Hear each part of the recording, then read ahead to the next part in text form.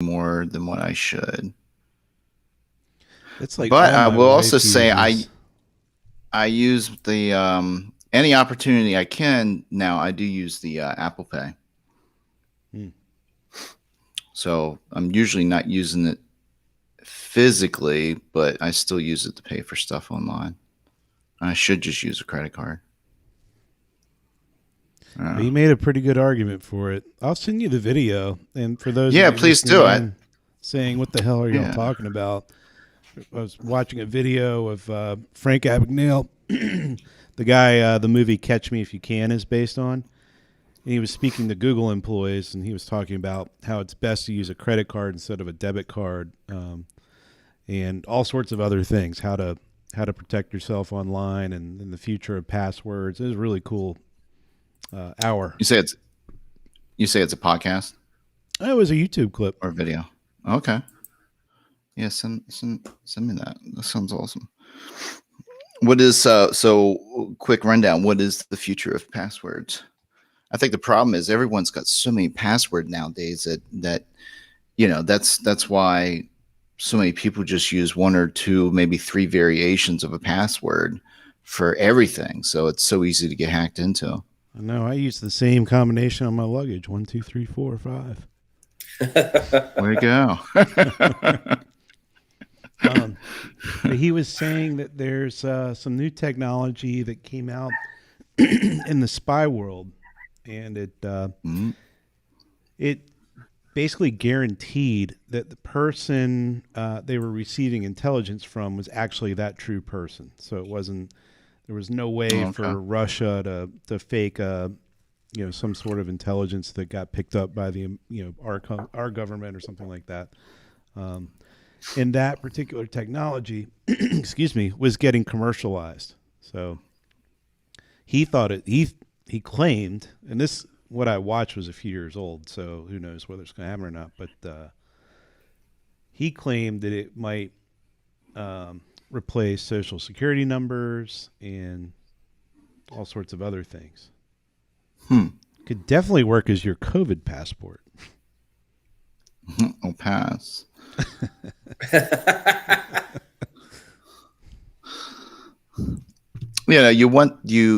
The problem is you want the security, but with the security comes a lot of times giving up privacy to some degree.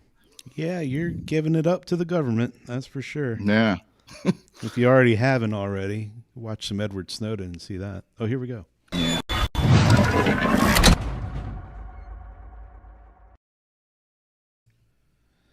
All right, hello. What's up? Hi there. So Frank Abagnale, Edward Snowden. Where do we go from here? I don't know. What's the latest on Snowden? I hadn't heard much from him. Last time it was a podcast, probably maybe like a year and a half ago. I know everyone was pushing for him to,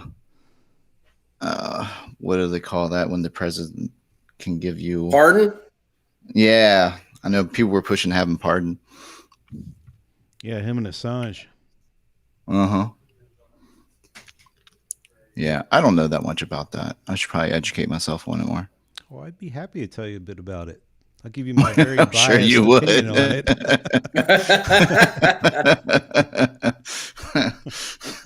Yeah, so anyway. I think we tuned in for car business stuff. Yeah, there we go. It seems like it's all bleeding together anymore, so who cares? And to answer Drew's question, it's not a lake, it's a river. It just happens to be a very wide part of the river here. But it does lead to a lake. This is a Spokane River. It leads to Lake Coeur d'Alene. So, and why am I in the office today? It's last day of the month, right? No dealer can have me in their store. My God. True. You got a boat. Yep. You have a boat, right, back Steve? there, Steve. Actually, is he trying to get in? He sure is. I better let him in. Come on in, Tucker. Daddy. Thank you. You've ruined it.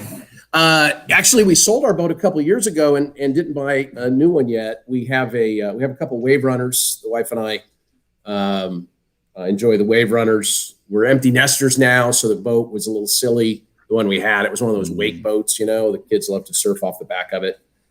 Anyway, so we're just waiting. We haven't found the right boat yet. So. When you do, let me know. I don't think anyone's found the right boat yet. So when we sold it in 2019, just before the season started, never really found one we loved in 2019. Then COVID hit last year, and just like the car business, the boat business has gone crazy, and so prices today and since COVID are higher than they were for some boats new. To segue into what we're talking about, I saw some posts from folks who were at a Mannheim auction a couple of weeks ago, or the online portion of it, I think, where brand new Toyota Camrys, 3 years old, were going for what the original MSRP was. So you imagine that, someone bought a Camry and they put, 25,000 miles on it, traded it in, dealer sends it to auction. I don't know why it ever even appeared at auction, but it did. And it goes at auction for MSRP, and the person who bought it 3 years ago, they sure as hell didn't pay MSRP, not 3 years ago, not for a Camry. So no. Our seen that with CFO just traded his truck in. He drove it for 2 years, and they gave him basically $3,000 less than what he paid for it 2 years ago. I don't know how many miles on it, but he's like, yeah, I'll do that deal all day long. Cost him $135 a month to drive a pretty loaded up big ass truck. Yeah, the thought of used cars appreciating in value is just it's just nuts. But I was talking. Go ahead. That's when you know something's off. Yeah. The chip shortage, depending on who you speak to, could last through 2022. So our new car inventories could be tight, depending as long as demand holds up where it's been. Could be tight, not just through this year, but through next year as well. I was speaking to one of my clients this morning who was talking about the fact that he could buy a pre-owned vehicle off a consumer today. If it's on Craigslist or Facebook Marketplace, say pay $9,500 and know that trying to buy the same vehicle in a couple of months could be $10,000 from the same customer with that many more miles on it. So my advice to clients is get it while you can. If there's a vehicle out there, we look to book in the car business a lot, and sometimes it's overrated. And what that means is I appraised 10 vehicles, I bought 5. So my look to book was 50%. And sometimes we think, oh, that's too low, or, oh, that's too high. Right now, if unless it's something you're not going to retail, your look to book should be really close to 100%. Because if that guy leaves with his vehicle and goes down to CarMax or goes to your competitor, they're going to make a deal. And someone's going to buy it. Yep. And wholesale losses are gone, right? Whatever you're sending to the auction today, you're making money on. For sure. Sometimes stupid money. Yeah, indeed. An F-250, technically 2 years old. It was a 2020 F-250. One of my clients was telling me about. Went through the auction for $10,000 above MSRP. So it was a 2020, bought in like November 2019. I think it had about 12,000 miles on it, and it went for $10,000 above the original MSRP. So just put that in perspective. Who does that though? I don't. Well, Carvana and Vroom. Right. Well, no, seriously, think about a publicly traded disruptor, right? Someone who claims not to be a dealer, but of course has to have a dealer license in every state they sell. And so those disruptors are, what are they doing? They need to show growth. They don't need to show profit. And so they can go to auction and pay $24,000 for something that costs them, a few $100s to ship, a few $100s to recon, and they sell it for 23. And there you go. They show growth. So that's the dilemma dealers are in now. If we had the auctions wouldn't be nearly as crazy if even with all the pent up demand and the low supply of new vehicles, if there weren't people willing to lose money on those used cars. I heard Yeah, last that's a month one that's of a the lot of money to online lose. auctions was able to start pulling down $11,000 fees.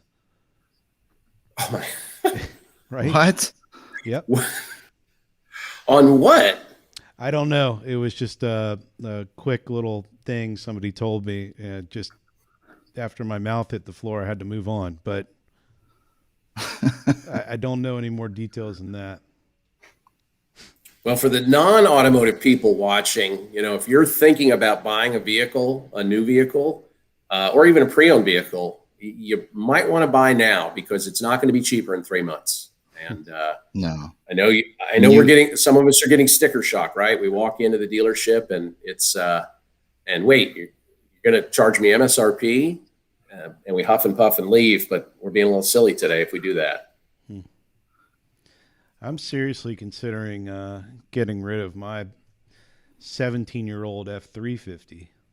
Just Ooh, Top dollar. yeah, it's bulletproof, folks. I'll bet. I'll bet. Yeah, so You will get Steve, top dollar today for sure. Yeah. As you're visiting dealerships right now, what are you seeing inventory wise? Like what's at least on the used car side, like what's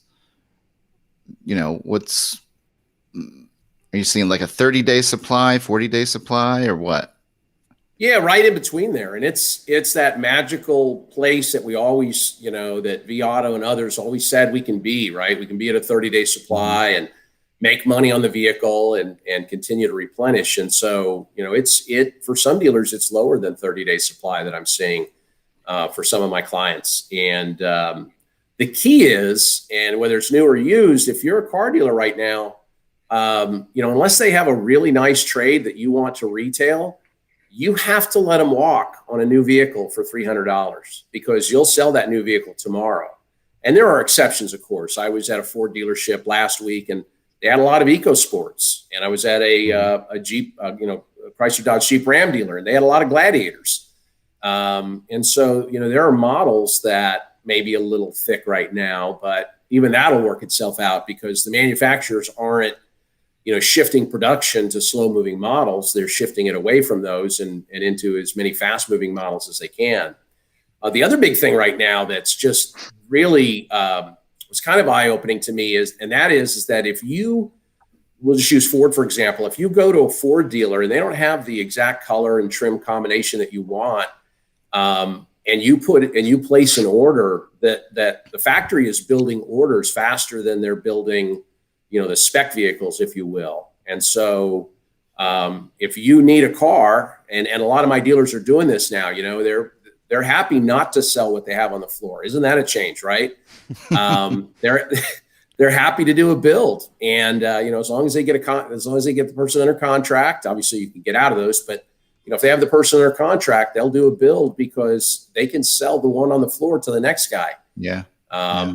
So they're encouraging that. And by the way, that has, for some dealers, that has some issues with payroll, right? Because you don't get paid until until it's sold and burning gas, and so there are dealers who've put in a spiff. We're going to give you $300 or something when you get a build, and then you'll get the rest of the commission in 3 months, 4 months, whenever it goes through. Idea. So. Yeah, I mean, the dealers have to do that because it's a complete change from where we were. But I've got one dealer. I won't say the brand but anyway, they've got 90-day supply of new car inventory by design. Dealer principal is extremely smart. He looked ahead. He said, you know what, this chip shortage isn't going to get any better. And so he started ordering when others were canceling orders in mid 2020 and third quarter.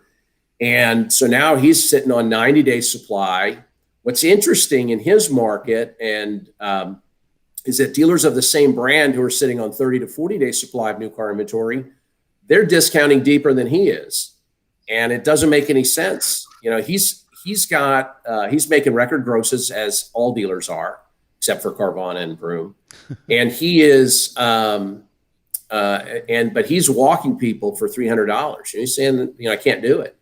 and that's okay because they're still having record months volume wise as well. So, they're not losing any market share at all, and they've got the best inventory. And he knows, fast forward, 2 months, and those dealers that were at 40 days inventory are going to be at 20 days inventory, and they're not going to have that particular trim level, or may not even have that model, and he'll have 6 of them, right? So he'll be able to continue to command top dollar. So it's not often we have these opportunities to make money like this especially on new cars. So exactly, why not read your book and make some good management decisions and make some money? Yep. Yeah, absolutely. And as Drew said, by the way, you can call me Steve Ridiculously Simple Sales Management Stawning. You don't have to call, or even Steve Assumptive Selling Stawning. You don't have to call me Steve Shit Sandwich Stawning. And as long as we're talking about my books, this is the one I really want to sell. This is, I knew I'd open up the floodgate. I know. So it's, by the way, love the picture of me holding up the Shit Sandwich book. But yeah, you can call me Steve, the 30,000 pound gorilla Stawning. I won't mind. This one I wrote with my oldest son, Carson. And this is a terrific book. It's over 400 pages. It's great for every office. Every dealership should have one in their break room. It's all the annoying phrases that managers say. But anyway, enough about that. Back to what Drew was saying. There's a lot of phrases in 400 pages of. Well, not only that, but every morning he posts one of those on Facebook. Yeah, I'm at today was 120. So yeah, for the first 212 days because it's the 212 most annoying phrases. The first 212 days of this year, I'm posting one lesson one word every day with everything right from the book. So if you're too cheap to spend $18 on a book, just follow Steve on Facebook. Yeah, you don't love me or my son, just go to my blog and you just wait for it every day. It's a whole lot more fun though to see it in the whole book form. Folks have told me, that if they have a couple copies in their office that, they'll use the book constantly. They'll bring it to meetings. If someone uses a term in the book, they try to ban the word, right? So 30,000 foot view. Yeah. Anyway, back to, yes, Drew, it has pictures. It's just like Shit Sandwich. It's laid out like Shit Sandwich, where it's got, a picture and then the word, or phrase that's annoying, and then it talks about it. But the cartoon is about that word as well. Anyway, back to what Drew was talking about MSRP. We've always said MSRP is a fair price, and it is proof right now. People are willing to pay MSRP. No one ever tried to discount at Tesla, right? They never try to discount when they go buy an iPhone or even go to, Macy's jewelry counter. They don't say, will you take this? And they don't care about the markup on any of those products. But for some reason, everyone's always cared about the markup on vehicles. And obviously some of that's our own doing, right? Because one dealer will discount below another. Anyway. There's only one other that's our product I can think of that replicates what we're seeing in the car business right now, and that's Rolex. So if you want a Rolex, you got to go spend some money with your local dealer, your jeweler, and get on the list. They have to like you, so you got to be a nice person. So what you're saying is you don't have any. I don't know. Rolex. Go ahead. I'll let you finish. Oh, but if you don't want to play that game, because that's the only way you can get it for sticker for the retail price. But if you do play, or if you don't want to play that game and you just want to buy one tomorrow, well, it's 3 times the cost. Yeah. So you can go get a Rolex it's like Daytona a for 14 grand, or you can spend 40 grand on it aftermarket. Yep. Ford GT, you got to be selected. You pay that $500,000. You got to hold it for, I think, 2 years, and then you can sell it, and you'll probably get, $1.5 million, $2 million for it. So Rolex is one of the most protected brands out there. They will not allow if you're the Rolex dealer in San Antonio, Texas, for example, you can't ship a Rolex to someone. They have to come to your location and buy it from you. Of course, today, because they're sold out, obviously they're only selling local. But they also can't take a deposit. So Rolex will not send the watch to the jeweler if they know that there's money already on it. The watch has to arrive unsold. Oh, wow. I did not know that. Wow. Wouldn't it be great? I don't think all of them play that way, but I think in autos, it would only be the exotics and maybe someone like Audi who could sort of replicate the Rolex model, because, Audi's got 300 dealers across the country, and it would be easy to be one price. It would be easy to, I say easy, nothing's easy, but it would be easier than doing it with Ford, to go to one price nationally and to not allow out of market sales, require people to come pick it up when you're talking about a new Audi. That's the future, folks. If Ford were to do that, that's the future. Oh, sorry. There they go. There they go. Yeah. Folks, this is my life. Obviously, the mailman drove by, and that's what we get. I don't even know how to mute it on this eCam. If it was Zoom, I could mute it and then let you guys talk. Don't worry about it. It's fine. Yeah. Drew, I could not afford a Rolex, and I haven't worn a watch. I haven't worn anything on my wrists other than, when I went to prison that one time. It's a joke. I haven't worn a watch since the 90s. Since I had my first phone that had a clock on it, got rid of the watch. Don't need it. You're like holding a camera today, right? You got the phone. Anyway, we're 19 minutes in, and we haven't talked about. We talked short inventories, but not really what dealers should do. Go ahead. Yeah. Well, you mentioned something about this, hearing that this may last into late next year, 2022? Through 2022, yeah. So, there's some manufacturers have had very frank conversations with their dealers, and they're saying that this chip shortage could easily last through next year. Will demand hold till then? Right? I don't know. Yeah. Once the stimmy checks stop and the extra 300 unemployment stops, and we get back to something closer to where we were with retail and whatever, what's going to happen to demand? I don't know. So you've got 30 to 40 days stock worth of inventory, and it sounds like we're going to last maybe another year into this. Any recommendations for dealerships? That's something we wanted to talk about. Just, where would you cut? Why would you cut? Yeah, so let's say it only lasts 3 months. Let's go with the most rosy predictions that in 3 months dealers will start building new car inventory and used car prices won't be crazy or as crazy as they are. Great. Well, I'll go with that number. I would absolutely cut anything that is only that is tit for tat marketing, right? I place an ad, it sells a car. So for example, a lot of the paid search, Google ads, pay-per-click advertising, that's not branding. There is some branding you can do with that. You can bring them to, somewhere on your website, but that's someone looking for a car today. And there are certainly a lot of paid search that I would cut. If I'm the Ford dealer and I'm selling every F-150 and every Explorer I can get my hands on, I probably don't need to compete for that keyword. I can probably compete for, I could probably spend a lot more money on EcoSport keywords, and I can go after the EcoSport similar vehicles, right? The competitive set, and begin to be really tactical with my spending.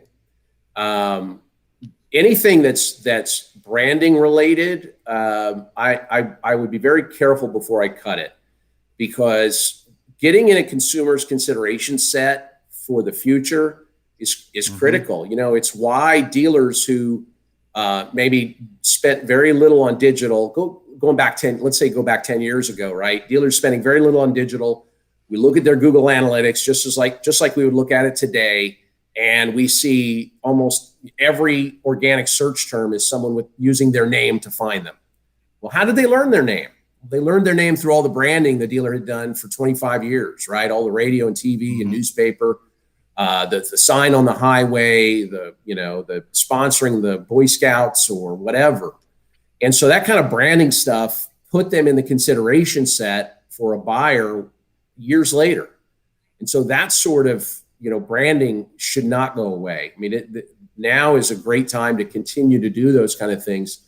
But, where I see a dealer with, 30 days of used car inventory or 40 units in stock total used cars, and they're advertising on all 4 of the major used car classifieds providers, that doesn't make any sense. I mean, there's, their turn is 30 days, and, you don't have to be on Carfax, CarGurus, Cars.com, and Autotrader.com. Pick one, look at your Google Analytics, who's sending you good traffic that generates leads and calls. Look at your CRM, who's generating leads for you that you actually get a hold of and sell. And then choose that one for now, because they're not going to have a penalty when you try to come back in 3 months, 6 months, or 18 months, however long this lasts. They're going to welcome you back, probably with a discount. So any of that kind of stuff, I'm really going to be watching closely. Well, for me, it always throws my how much I'm spending to market each car. So I've got a particular amount that I like to stick around. So cost per sold as it relates to the marketing. I never want that out of whack.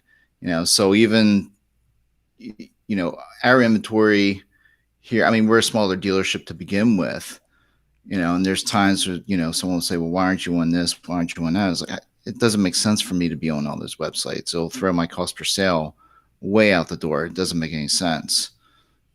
So, this is the same situation. Yeah, I liken that to the days of billboards, right? Where you couldn't afford to buy every billboard in town. Why aren't you on Main Street? Why aren't you on 3rd Street? Why aren't you on the highway? Because budgets have limits. I mean, when a paid search provider, even in good times, comes into a dealership and wants to talk search impression, you only have a 35% impression of search on that keyword. We need to up the spending. I don't know, right? Let's take a look at how are we doing with the 35%? Is it generating a terrific ROI? Okay, great. Let's go to 40%. But I don't need to be at 100.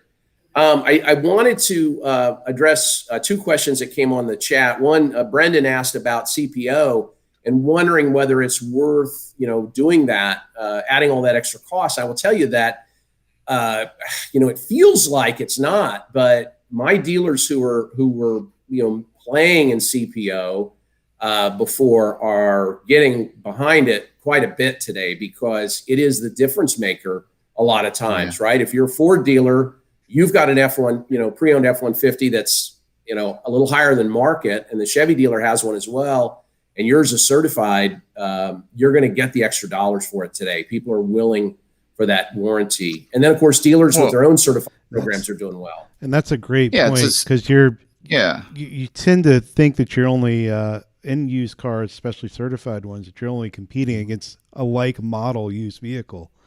No, it's other makes all over the place. Big time. Mm-hmm. Yep. It's as close to a new car as you're going to get. So if people were in the new car market, it's easier to switch them. Then do you want to hit Rick Lufkin's question? On the CPCs? Yeah. So, we're seeing, it's funny. I did a 20 group last week, and one of the dealers wanted me to look at their paid search, which I'll do after a 20 group. I won't charge them. I'll take a look at it. And it's funny, for this dealer, their cost per click had gone down year over year, but I looked and the cost per click had gone down because the paid search provider's reliance on buying the dealer's name had gone up.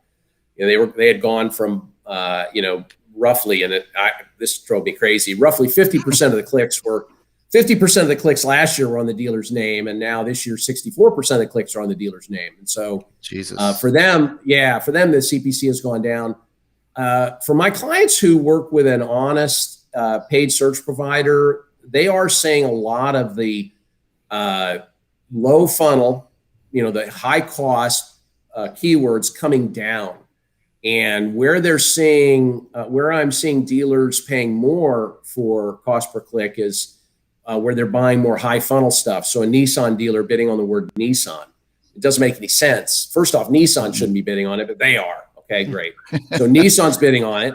Tier 2 is bidding on it. And then you and 3 other dealers in your market are bidding on it. So you're all bidding up this high funnel keyword, Nissan. And that's absolutely something. I don't even know if I do that in good, I say good times.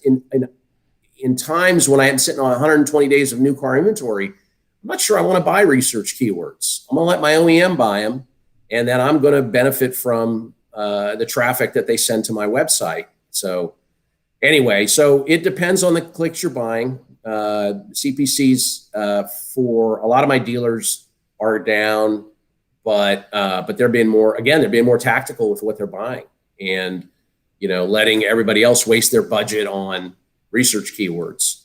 So it looks like we lost Drew, Jeff. Yeah, that's okay. You probably had to go sell a car. Drew said buying dealers in this environment. He did. How could he tell? So Drew said, buying the dealer's name in this environment, WTF, and that means Wednesday, Thursday, Friday, in case you didn't know, WTF. If you are Atlanta Toyota, you're always got, you probably chose that because it's great SEO, phenomenal. But now you got to buy your name for the rest of your life. But if you're Stawning Motors, I'm not even sure you buy your name when you're sitting on 120 days of inventory. Right. There's no ROI for your competitor to buy your name.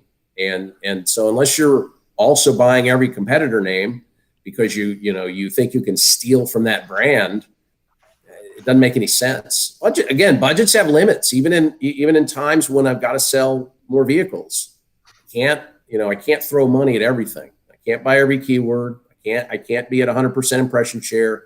I can't do any of that stuff. So Steve, crazy question for you. I know you touched on this a little bit earlier, but I'll ask it very directly this time. What shouldn't you cut? And specifically, well, so I wouldn't cut my Facebook. That's more social. Yeah, so that's more branding. And I say Facebook. I mean, I pick your social network. It doesn't matter. They all have pretty good ROI. But I would certainly be retargeting still with display and with Facebook.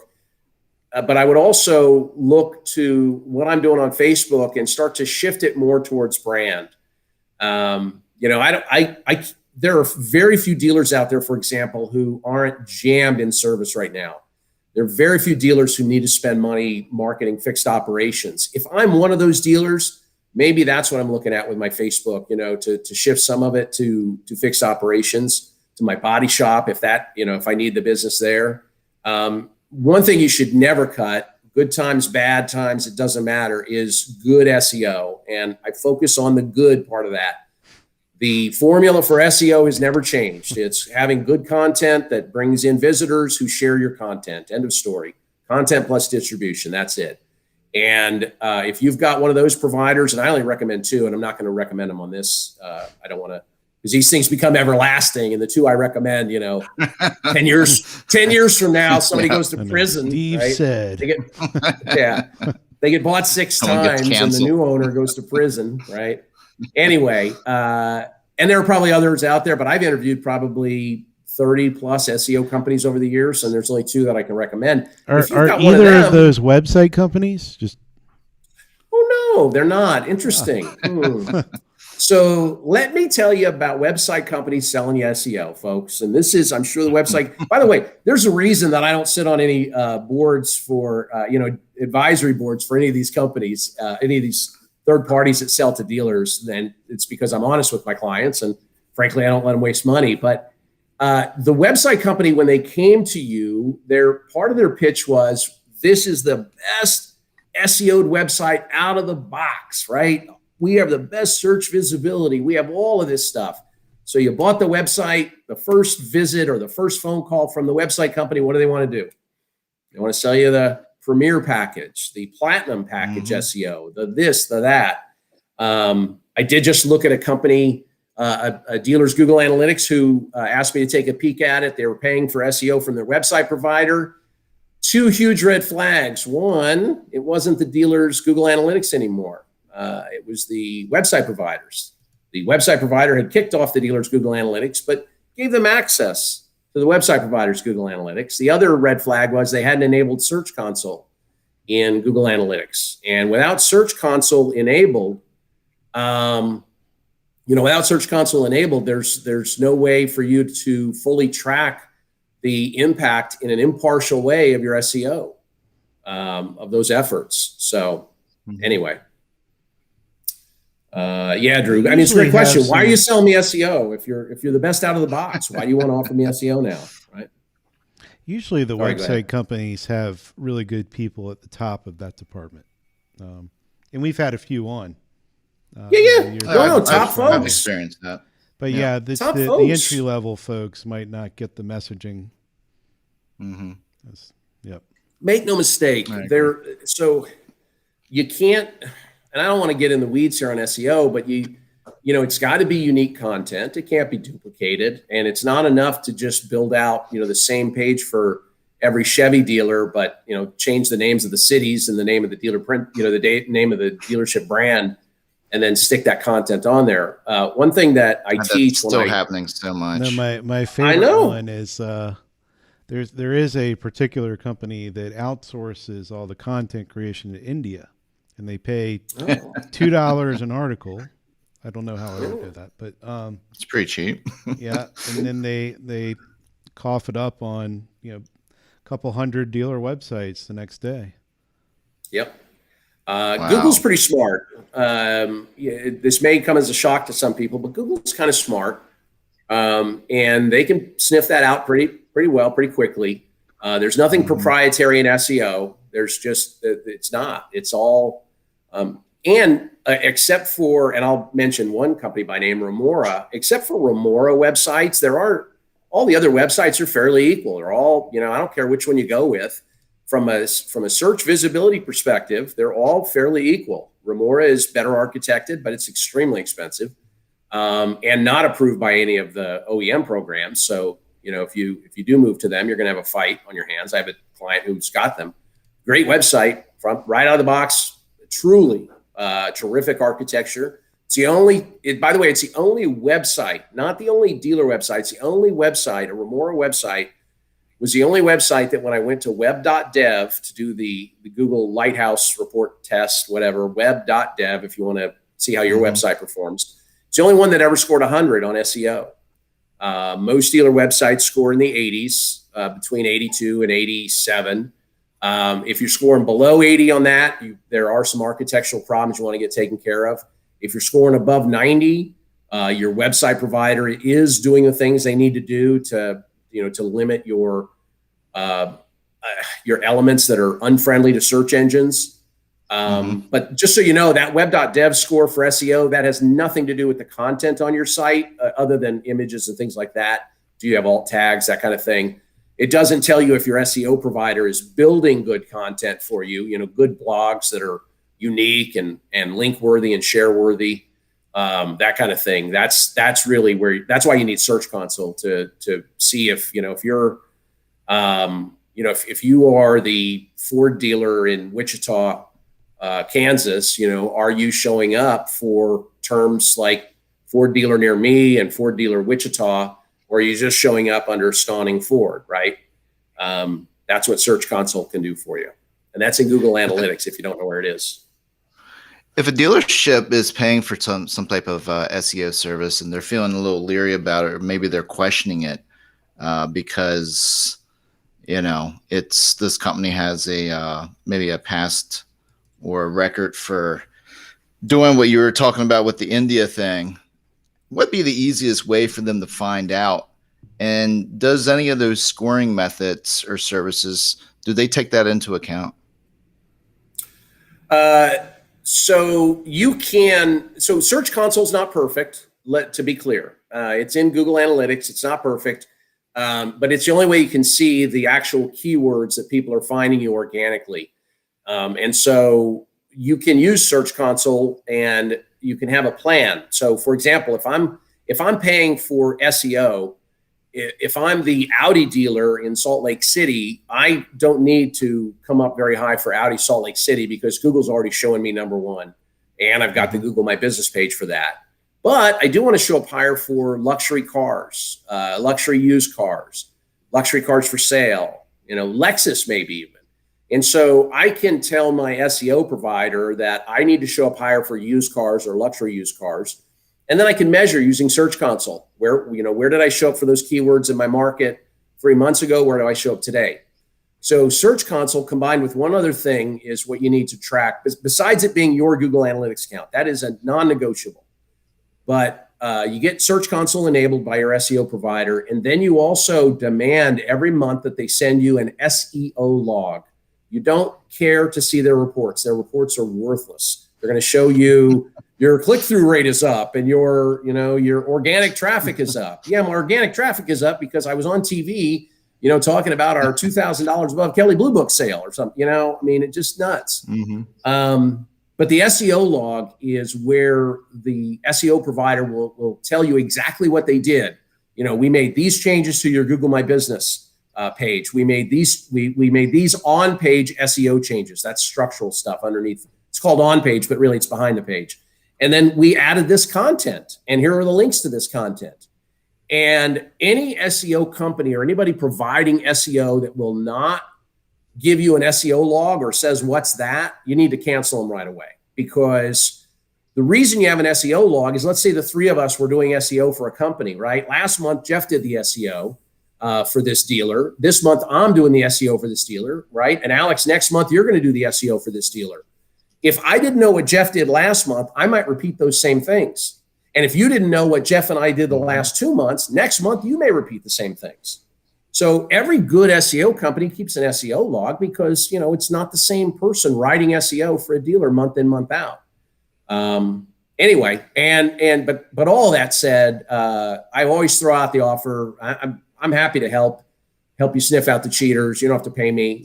If we got to go back and forth too much, or I got to hop on a big long webinar, then yeah, I'm probably going to want to charge you. But for the most part, I'm happy to point this stuff out. I'm just not going to do it on sorry, Drew, but I'm not going to do it on a forum like this because, believe it or not, I have a few enemies in this industry. And I don't like to call them haters, by the way. I don't like to call them haters. By the way, haters gonna hate is in the 30,000-pound gorilla. And the reason it's annoying is because what are we? Are we in middle school? No. Are we in middle school? Right? I mean, we don't have haters, right? We have enemies. We have ridiculously simple sales management is it is a very thin book. I forgot what I charged for it. $18, but it's also on Kindle. 24 lessons in there that are nice and short. Each chapter has key learnings and some chapter exercises. And I recommend for dealers that they buy a copy for each of their managers, and and then each week they come together and say, and they work on that lesson. It's going to take 24 weeks, but where are you going to be in 24 weeks if you don't do it, right? 24 My weeks. favorite chapter is the blame game. Oh, yeah. I like that one. I like them all, but I kind of like the author too. But you think about it, where are we going to be in 24 weeks in this business? 24 weeks from now, we might be out of the chip shortage. 24 weeks, we might have 120 days of inventory on your lot. 24 weeks, we might not be selling every vehicle we can, and that we can get our hands on its sticker. And we might need some leadership. We might need a team that wants to work for us. The whole point of ridiculously simple sales management is not creating a team of robots, but creating a team that wants to do the process things you're asking them to do, wants you as a manager to succeed, wants the dealership to succeed, and wants to give their best. And it's amazing, but people appreciate being appreciated. People appreciate direction. People appreciate rules and structure. They really do.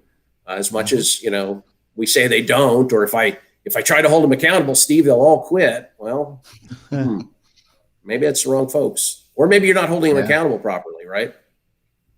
That's usually the case. Probably the latter for sure.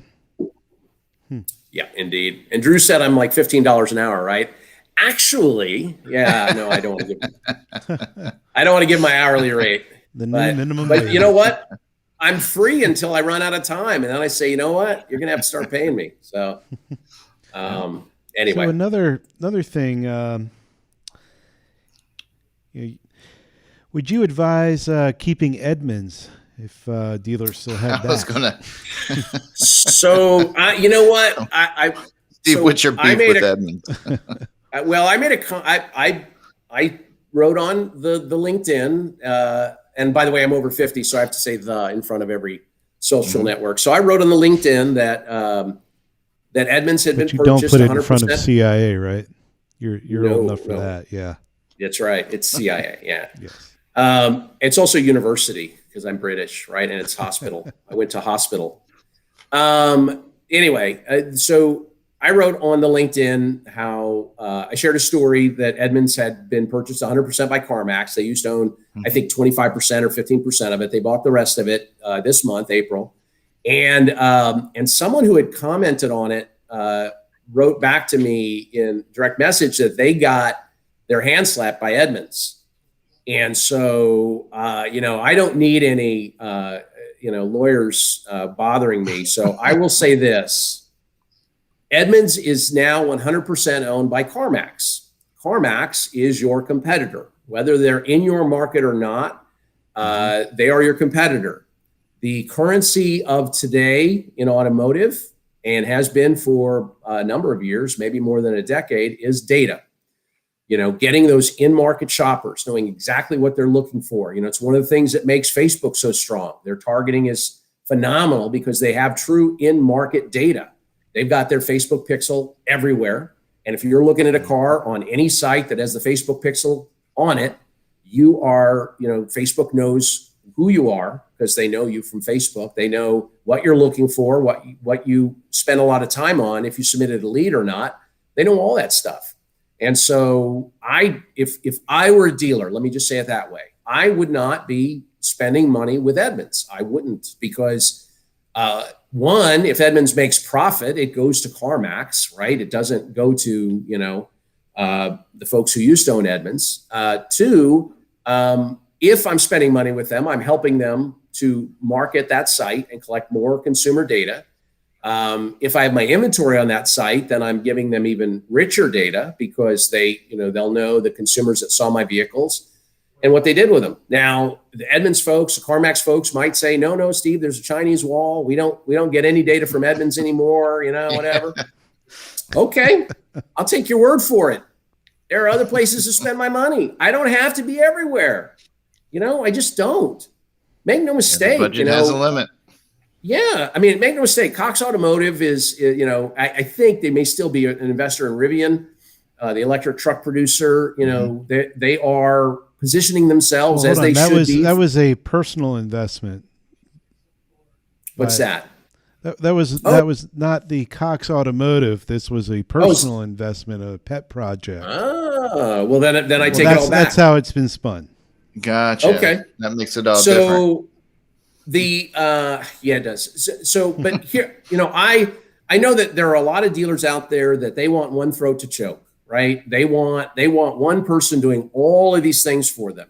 And there is tremendous synergies between Auto and Vin Solutions, and between, DealerTrack, and between AutoTrader and KBB and Vin Solutions and Auto and all of this, and dealer.com websites. I mean, you start to get into that whole world of Cox Automotive, and as a dealer, you get some real benefits. It still feels a little odd to me to do that. But that said, if it was Stawning Motors, we'd have Vin Solutions. If it was Stawning Motors, we would have Auto, right? I don't know which DMS we'd have. I don't know, all of the websites that I would advertise on because that has to do with other pieces. But why would you have Vin Solutions over eLead, DriveCentric, or DealerSocket?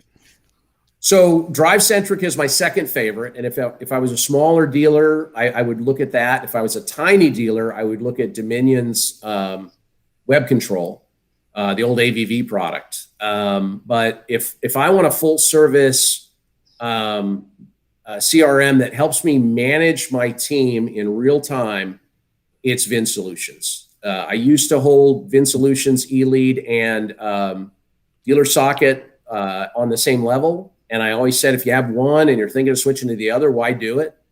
But since the CDK purchase of eLead, maybe it's just my perception. Since their purchase, especially the Ford Direct version of eLead, oh my God, just getting good data is a challenge, and managing your team in real time is a challenge. Make no mistake, eLead has a tremendous report called Customer Touches that if you're an eLead dealer and you don't have customer touches enabled, get it enabled, because that's a good report. It will help you truly drive business. No CRM sells you a car, but used correctly, they'll all help you sell cars, but Vin will help you sell more cars. And again, I don't get invited to the Vin user summits, but I don't get to speak at them, but yeah, I don't know. I love Vin. I really do. When I have a new client and or someone asking about my services, I always ask which CRM they use. When they use Vin, I perk up. I'm happier to do business with them. So it's just so easy to manage their business. They can truly manage performance better. And guess what, folks? Vin is not perfect. And because today is the last day of the month, Vin will probably go down today. Just so you know. Yeah. So they all go down, but Vin only goes down the last day of the month. So I don't know. Take it for what it's worth. Have you looked at? I guess there's a newer one out there called Dealer Gears. Have you heard about that or seen? No, I haven't. And when I first saw Drive Centric, if I didn't have a client who was using it, I probably would have, said, okay, it might be worth a try, but I don't want to be the guinea pig, right? And so same thing with Dealer Gears. I just, if I'd want to go see it in person. I had a client who switched to a CRM, which I won't name, that they were sold on it because they went and visited a dealer that was using it. And that dealer, that dealer's team loved it. And then when they installed it at the dealership I was working with, it was horrendous. It was, and I'm not going to name that CRM. And Rick asked what report that was. It's customer touches in eLead. So, and I think there's customer touches with showroom activity. I just like the customer touches report, and happy to help you. Know how to use it. A lot of times, send me an email. A lot of times that's not a default report. You actually have to call and have them turn it on, No. I don't know. A ton of them are not. So I just did a full day manager training for a group that had Vin Solutions in most of the group, but one of the stores had eLead, and I wanted to show them how to manage their team. So it was full day manager training, a lot of ridiculously simple sales management stuff in it, but it's a full day course, and they had half their team attend day one, half their team attended day two. And so 30 days before, I'm trying to get these reports in eLead. Besides customer touches, there were 3 other reports that were critical to managing your team in there. And in 30 days, we couldn't get these enabled. I don't know why eLead just doesn't make them default reports. But yeah, if you've got eLead, ask your rep for the customer touches report. And if you want to know how to use it to drive business, I'm happy to hop on a call with you and walk you through it. So send me an email. Customer touches latest activity. That's what it's called. Yeah. I don't like that one as much. It's fine, but I just like the customer touches report. Yeah. I know we're going to bore a lot of non-eLead people here, but I look at active customers. I go back like 6 months, and then I hit, I choose one salesperson active. I don't care about sold or lost or any of that. Hit active, go back about 6 months, run the report, rank them by how many touches.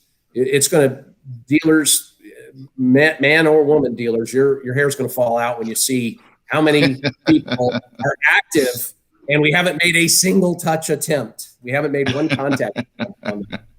So one of the things that like Drive Centric, I know we weren't supposed to hit on CRMs, but I do love that topic. So like Drive Centric does texting better than anyone else. Yes. And I always felt like there were 2 very important things with the CRM. One is, will my people use it? Does it look good and feel good and not get in their way? And 2, can they, part of that is also, can they easily communicate with the customer? If there's a report or management or things, that's later. And I didn't find that Vin Solutions was really checking off those 2 first boxes for me at least. So if you have the so again, if you're starting a new dealership from scratch and you're going to do 60 units a month and you're not going to be very robust in service, or you don't need that tie into service piece of it. You're not going to desk in the CRM. And I think you can desk in DriveCentric. The dealer I had it. I don't think they desk in it. Scan.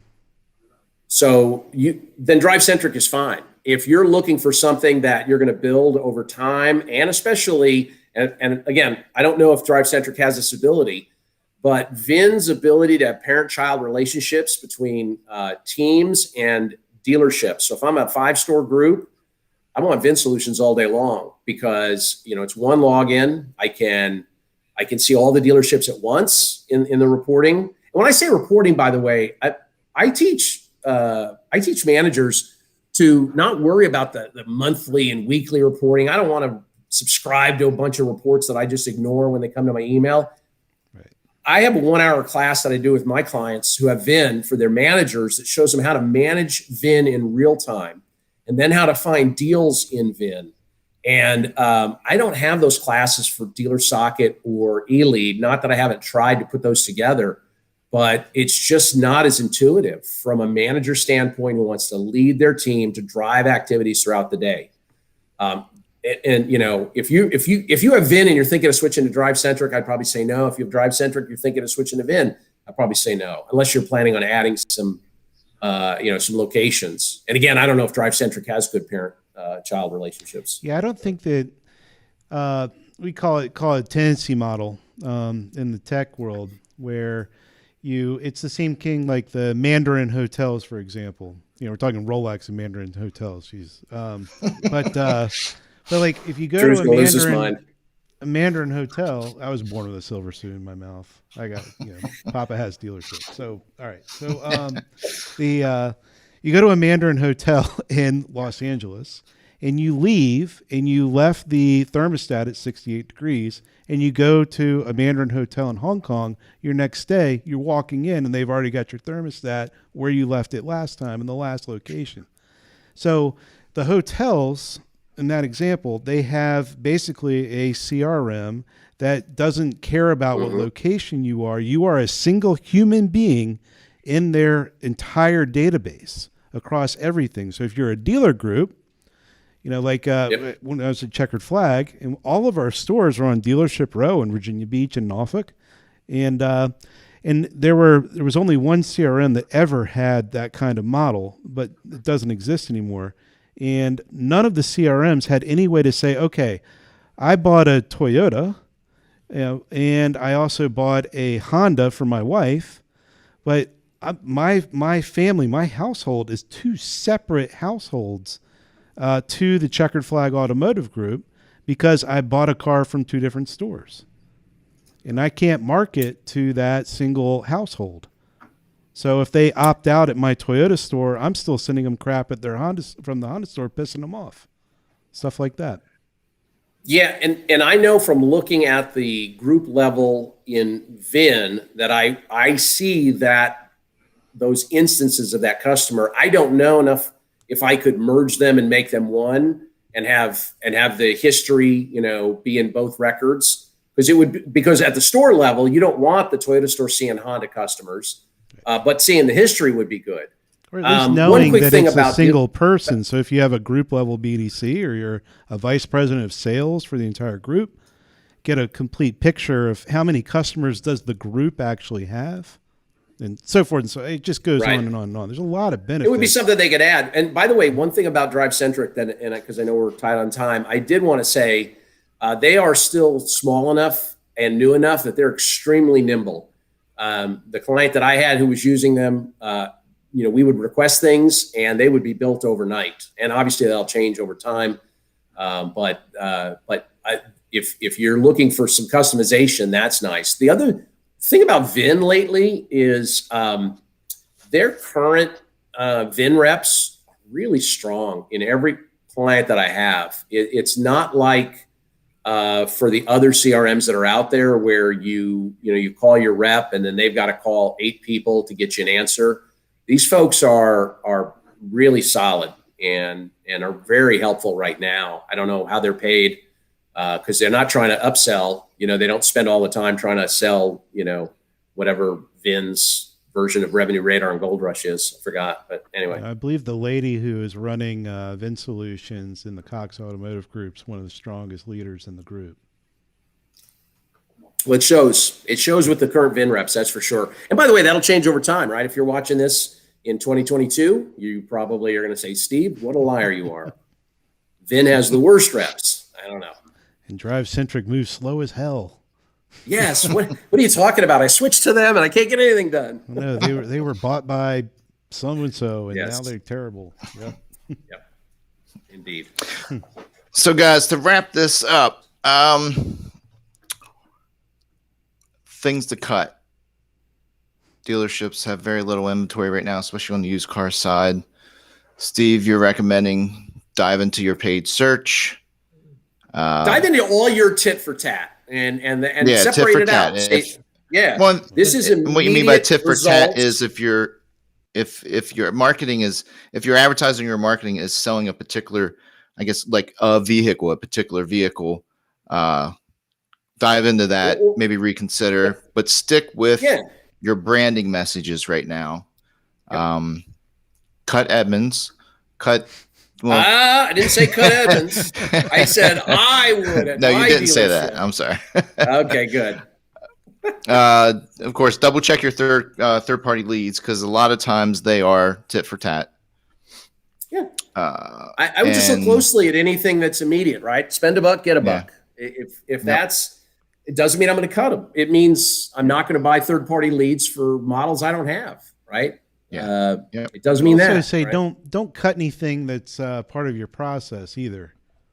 For God's sakes, bringing that back on board after a few months is just going to be a headache. Indeed. Yeah. Good luck with that. Yeah. So that was the interesting thing about the dealer group that I did the training for last week. They came off a record March and they were having a record April, and they recognized that their managers were starting to gravitate away from process, and they didn't waste all of April patting themselves on the back for what a great March they had. They knew that their March results were driven by the market, and they wanted to make sure that whenever we come out of the other side, that they had folks who were leading through the good times, leading through the bad times. So that's the biggest piece right now. You said the process stuff. Gosh, I couldn't even imagine what's happened to process at some of the places that I worked with 5-10 years ago that I don't work with today. They're probably having a party every day because they're selling all these cars and making all this money. So. Yeah, it has nothing to do with the market. We did this. We figured it out. Yeah. Yeah, exactly. Cut all of our advertising. We're still selling cars. We don't need to do that. Yeah. Well, Steve, it's always a pleasure, man. Always enjoy having you on. I always enjoy being here. This is Steve, 30,000-pound gorilla stawning. Damn it! You can't give yourself a nickname. That's the worst thing you could do. No one will believe you. We'll give the gorillas to you today, Steve. Thank you. Did you guys like that book, by the way? Yes, all the good books. Good. Yeah. Yeah. I never minded if somebody gives me a 5-star review, just so you know, on the Amazon. When you say this book right here? I'm not. Yeah, hang on. I'm looking at the Facebook feed. Showed up again. The Simple Sales Management. Is that the one? Oh, yeah. Yeah. So I was actually referring to 30,000-pound gorilla, but the Ridiculously Simple Sales Management is the latest one. Both of them I released last year, but Carson and I, my oldest, released the gorilla in April, and then I think September was the Ridiculously Simple Sales Management. So for me, the most entertaining is the shit sandwich. Oh, for sure. I appreciate that. Yeah. Still by the way, it sold a bunch this month for some reason. I don't know. Somebody must have. I think somebody discovered it and told their friends. So Awesome. I mean, when I say a bunch, I mean I sold like 15 copies. So let's not get crazy. Still. I'm not gonna retire on these. So Rick, find my email. Send me an email. Send me a message through LinkedIn. I'll get you a book. You tell me which one you need. Cool. There you go. All right, guys. Well, thank you, Steve. Thanks for having me. Time, man. And got it. you're Gentlemen, the, have a great the weekend. first guest of 21 to be on twice this year. So, Yeah. Oh, wow. Look at that. yeah. People are avoiding Special your you show. are. Is that what you're saying? You're scaring them off twice, man. I still don't get guys. the audience some of those other guys get. Thank you so much. You got it. Yeah. We'll have you on again this year. I appreciate that. All right. See you all later. See you, Enjoy your gentlemen. Friday and weekend.